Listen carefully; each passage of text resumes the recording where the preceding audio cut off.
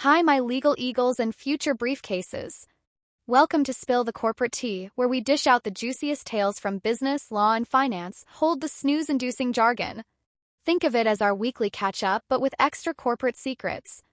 OMG, spilling the chai on the insane Cyrus Investments versus Tata Sons saga, 2021. This case wasn't just a corporate clash, it redefined backstabbing in Indian boardrooms, darling. We're talking major drama over corporate governance, protecting those poor minority shareholders, and of course ethical leadership or the lack thereof. The Supreme Court basically drew a line in the sand between the big boss bullies and the little guys, stressing that company rules are like totally binding. Get this, we're diving deep into legal shade, dissecting the arguments and exposing how this mess changed everything in corporate India. And the ethics? Honey, they were questionable at best.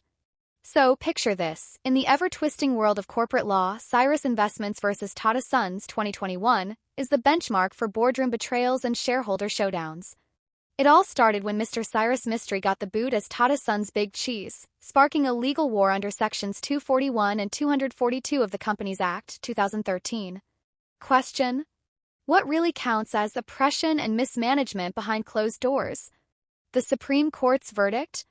Company rules reign supreme, and unless you can prove some seriously shady stuff, the courts aren't playing referee. Translation: this case set the stage for how far minority shareholders can push, what promises are actually worth, and just how ethical those fat cat execs have to be. Scandalous, right? Word on the street is Cyrus Mistry, the SP Group's golden boy and ex-top dog at Tata Sons, got the boot in 2016. Can you imagine the drama? 1 minute you're ruling the boardroom, the next you're out.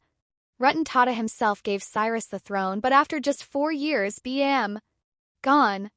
And the reason? Shady AF. The SP Group, which owns a big chunk of Tata Sons, about 18.4%, cried foul, hinting at some major corporate shenanigans and power plays worthy of a soap opera. Cue the lawyers. The SP Group went straight to court, claiming they were being mistreated and that Tata Sons was a hot mess. They said Mistry's ousting was basically a slap in the face to minority shareholders. At first, the court gave Tata Sons the side eye, but then, plot twist. Another court sided with Mistry, wanting him back in charge. Talk about awkward. But hold up, Tata Sons wasn't having it and took it all the way to the Supreme Court. In 2021, the highest court said, "Nah, Tata's good, Mistry's out." So legally it's over, but the rumors? Oh honey, they're just getting started. Oh honey, the dirt is flying. SP Group is screaming foul play, whispering about a boardroom coup. They say Mistry got the boot faster than you can say corporate scandal, totally blindsiding them. They're crying about their shareholder rights being trampled and claiming Tata's turned into a total boys club, making decisions behind closed doors. And get this, they're accusing Tata Trusts of pulling strings with some sneaky clauses in the articles like some puppet master situation. But Tata's not backing down, darling. They're saying everything was by the book and Mistry wasn't untouchable. They're playing the majority rules card, arguing they can do what they want since they're a private company. And the juiciest part? Tata's throwing shade, saying SP Group agreed to those clauses and now they're just throwing a tantrum because they didn't get their way. Can you believe the odd? You know what, the Supreme Court on the Tata Sons drama? They dove deep into whether Tata Sons was being nasty to the SP Group and those poor minority shareholders. The verdict? Buckle up. When no oppression, honey. Cyrus Mistry's dramatic exit as executive chairman? Totally legal. The board was just doing its thing, no shady business there. 2 no VIP seats for the little people.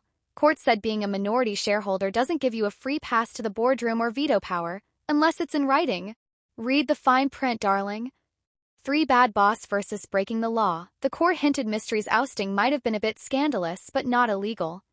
There's a difference between icky governance and actual wrongdoing, you know? For follow the rules or get burned, Tata Trusts got major props for their special role, even the power to shut things down. The court basically said, read the corporate shenanigans, legal loopholes versus moral minefields. Oh honey, the dirt in this case? Let's just say there's a huge difference between skirting the law and actually being decent. The big wigs at the Supreme Court are all about following the letter of the law, but whispers say the spirit of good behavior. Totally MIA. Cyrus Mistry got axed faster than you can say boardroom coup, without so much as a heads up or a chance to defend himself. Legal? Sure. Shady? Absolutely. It's like they threw fairness, openness, and trust, the very essence of being a good leader, out the window. Now, here's the million-dollar question. Should companies aim higher than just barely legal? Minority shareholder rights, paper-thin protection, and the SP Group? Even with a hefty chunk of the pie, they couldn't boss around anyone because their power moves weren't in writing. Ouch. Court basically said, tough luck, sweetie. Unless you've got it in the contract, we ain't meddling. So if you're a small fish in a big pond, you better get everything in writing. Board seats, veto power, golden parachutes, or you're sunk. The Articles of Association, the fine print that bites. The court is obsessed with the Articles of Association, a fancy contract. Tata Sons tweaked theirs to give Tata Trusts all the power to call the shots. The SP Group signed off on it back in the day, so the court's like, a deal's a deal. The moral of the story? Read the fine print before you write the check, or you'll be singing the blues later. Hot legal buzz. One Shanti Prasad Jain vs. Kalinga Tubes, Limited 1965. Word on the street is, this case spilled the tea on oppression in corporate dramas.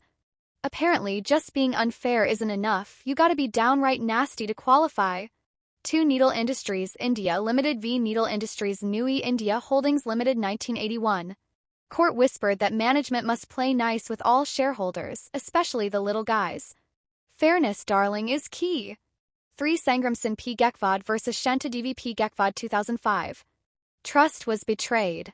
Expectations shattered. This case revealed even a breach of trust can scream oppression, but only if the scandal is juicy enough. 4 VB Desai Financial Services Limited v Shankar S. Joshi 2008. Directors ousted? Execs gone? If it's legal, it's not oppressive. Rules are rules, even in high society. Bottom line, law, power, and a hint of scandal. The Cyrus Mistry vs. Tata Sons saga? It's a clear win for the big guys, but is fairness truly served? Majority rules, contracts are king, but what about the voiceless? Transparency is the unsung hero, or everyone suspects corporate shenanigans. In conclusion, the court shielded corporate autonomy. However, this drama reminds us that genuine success isn't just about doing things by the book, but being ethical and worthy. So, what's the real tea? Was it a power grab, a clash of titans, or just plain old family politics? I'll let you decide, but one thing's for sure. The boardroom will never be the same. And if you want the scoop on all the scandals, secrets, and power struggles that the 1% don't want you to know, you know where to go. Don't you dare miss a single piece of gossip. Hit that subscribe button and ring the bell because, sweetie, we are just getting started. Toodles.